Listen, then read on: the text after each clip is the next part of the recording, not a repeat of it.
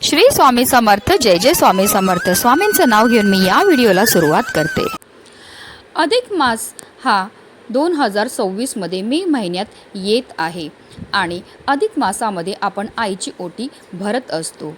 मग अधिक मासाला आपण धोंड्याचा महिना म्हणून देखील ओळखतो. धोंड्याचा महिना आईची ओटी का भरावी? जर आई विधवा असेल तर मग ओटी भरावी का? त्याचप्रमाणे आपण स्वतः विधवा असेल तर आपण अधिक मासात आईची ओटी भरावी का? आईची ओटी का भरावी? भरताना कुठल्या गोष्टी टाळाव्या, कुठल्या गोष्टी करू नये? आईची ओटी भरताना या चुका टाळायच्या आहेत. त्याचप्रमाणे अधिक मासात जोडवी बदलताना ही चूक आपल्याला टाळायची आहे. ओटीमध्ये कोणत्या वस्तू द्यायच्या आहेत?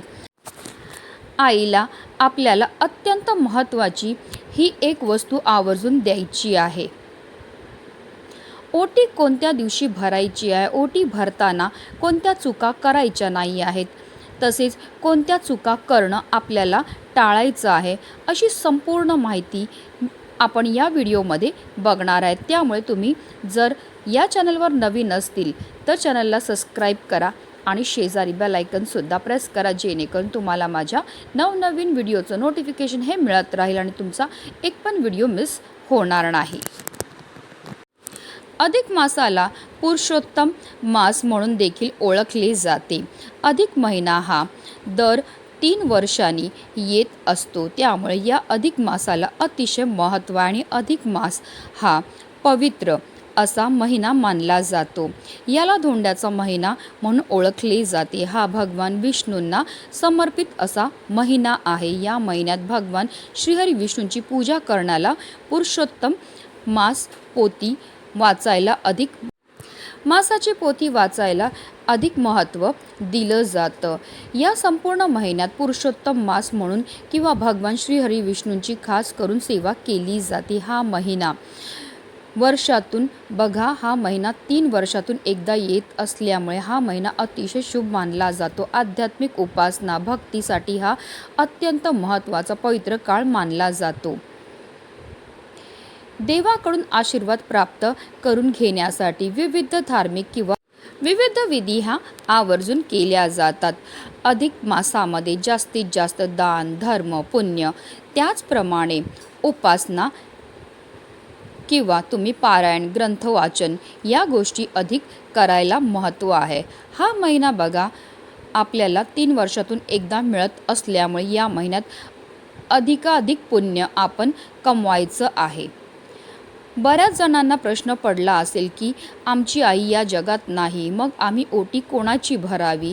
किंवा आमची आई विधवा आहे, मग ओटी भरावी किंवा नाही भरावी? त्याचप्रमाणे आम्हाला मुलगी नाही, मग आम्ही ओटी कोणाची भरायची? ओटी भरताना कोणत्या वस्तू टाळायच्या आहेत, कोणत्या चुका करायच्या नाही आहेत? त्याचप्रमाणे ओटीमध्ये कोणत्या कोणत्या वस्तू द्यायच्या आहेत या विषयाची माहिती आपण पाहणार आहोत. पूर्वी घरी आलेल्या सुवासिनीला ओटी भरल्याशिवाय पाठवत नसत. ओटी भरणं हा भारतीय संस्कृतीतील एक महत्त्वाचा संस्कार. सुवासिनीला संतती प्राप्त व्हावी म्हणून तिची ओटी भरली जाते. संतती प्राप्तीच्या आशीर्वादाचे हे प्रतिकात्मक स्वरूप आहे. मात्र केवळ अधिक मासातच विवाहित मुलगी आपल्या सवाष्ण आईची ओटी भरू शकते. लग्न कार्यात कन्यादानाला अतिशय महत्त्व असतं. आपल्या लाडक्या लेकीला सुयोग्य हाती सोपवून तिची जबाबदारी तिच्या पतीच्या हाती सोपवली जाते. यालाच कन्यादान विधी म्हणतात. कन्यादान हा एक संस्कार आहे, जबाबदारीची जाणीव आहे.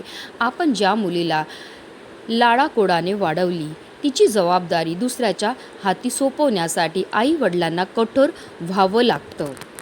त्यांच्या त्यागामुळे तिला तिच्या हक्काचे घर मिळते. या कृतज्ञतेची छोटीशी परतफेड म्हणून विवाहित मुलगी अधिक मासात आपल्या आईची ओटी भरते. अधिक मासात सगळीच पुण्यकर्म केली जातात. त्यात आणखी एक पुण्यकर्माची भर म्हणजे आईची ओटी भरली जाते. वास्तविक पाहता मुलगी सासरी निघाली की तिची ओटी भरतात, परंतु अधिक मासात आईची ओटी भरून तिने आपल्या पदरात टाकलेल्या सौभाग्यप्रती छोटीशी कृतज्ञता व्यक्त केली जाते. पुढच्या जन्मी तुझ्याच उदरी जन्म मिळावा असाही संयुक्तिक अर्थ या संस्कारातून काढला येतो. विवाहित मुलगी आईची ओटी भरू शकते, परंतु सासूची ओटी भरू शकत नाही. कारण लग्न करून घरी आल्यावर सासू आपल्या सुनेची ओटी भरून आपल्या मुलाला राजी खुशी तिच्या पदरात देते. सासूकडून आशीर्वाद रूपी मिळालेली ओटी तिला परत करता येत नाही. आता काही कारणास्तव तुमची आई विधवा असेल तर विधवा स्त्रीची ओटी भरत नाही, पण तुम्ही तुमच्या आईला तिची आवडती एखादी वस्तू देऊ शकतात, साडी घेऊन देऊ शकतात. अशा रीतीने सुद्धा आपल्या मनातली इच्छा आपण पूर्ण करू शकतात. पण आता काही कारणास्तव तुम्हाला आईची ओटी भरणं शक्य नसेल तर तुम्ही अन्य सुवासिनींची खणा नारळाने ओटी भरू शकतात. तसं केल्यानेही सौभाग्यवती स्त्रीचे मंगलमयी आशीर्वाद आणि शुभेच्छा आपल्याला व आपल्या परिवाराला लाभतात. याचा अर्थ आई विधवा असेल तर तिचे आशीर्वाद मंगलमयी नसतात का? तर तसे नाही. विधवा स्त्री प्रजनन क्षमता असूनही पतीशिवाय गर्भधारणा करू शकत नाही, म्हणून तिची ओटी भरत नाही. पण तिला आदरपूर्वक नमस्कार करून तिचा आशीर्वाद घेतला जातो. आता काही कारणास्तव तुमची आई सौभाग्यवती आणि तुम्ही विधवा असतील तर तुम्ही आईची ओटी भरू शकतात का? तर नाही, तुम्ही ही ओटी भरू शकत नाही. पण जर तुमची फारच इच्छा असेल तर तुम्ही हे ओटीचं जे साहित्य ते घेऊन या आणि जर तुम्हाला मुलगी असेल किंवा तुमची मोठी बहीण असेल, लहान बहीण असेल तर तिच्या हाताने तुम्ही तुमच्या आईची ओटीही भरवायला लावू शकता. तसेच अधिक महिन्यामध्ये नवीन जोडवी घालण्याला किंवा जोडवी दान देण्याला सुद्धा विशेष महत्त्व हे दिलं जातं. तुम्ही ओटीमध्ये तुमच्या आईला जोडवीसुद्धा देऊ शकतात. बघा, माता लक्ष्मीला चांदी ही अतिशय प्रिय आहे. आता ओटी भरताना आपल्याला कोणत्या वस्तू घ्यायच्या ते आपण जाणून घेऊया. ओटी भरण्यासाठी ज्या वस्तू वापरल्या जातात त्यांनाही प्रतिकात्मक अर्थ आहे. या वस्तू मांगल्य, प्रेम, अखंडता, अक्षता, विघ्नहर्तत्वता, सौभाग्यदायक, आरोग्यवर्धक, शुभदायी आहेत. प्राचीन काळापासून ते आजच्या आधुनिक काळातही ही रूढी अजूनही समाज जीवनात पाळली जाते.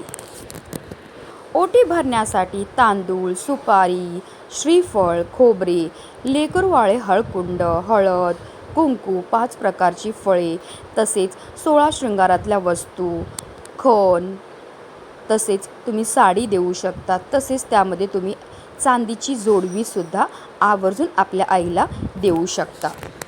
तसेच त्यामध्ये तुम्हाला हिरव्या बांगड्या तसेच एक गोड पदार्थसुद्धा द्यायचा आहे. आता अधिक मासामध्ये अनारसालासुद्धा विशेष महत्त्व आहे. तुम्ही अनारसा बनवून देऊ शकता की अगदी इतरही कोणतीही मिठाईसुद्धा त्या ओटीमध्ये ठेवू शकता.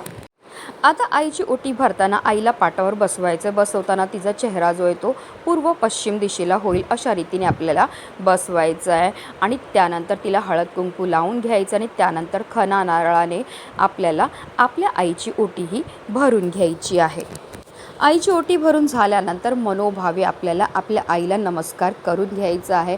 आपल्या आईला दीर्घायुष्य प्राप्त होण्याकरता देवाकडे आपल्याला मनोभावे प्रार्थनाही करून घ्यायची. अशा पद्धतीने अगदी सोप्या रीतीने प्रत्येक मुलीने आपल्या आईची अधिक मासामध्ये ओटीही भरायची आहे. म्हणूनच व्हिडिओ जास्तीत जास्त लोकांपर्यंत शेअर करा. श्री स्वामी समर्थ. जय जय स्वामी समर्थ.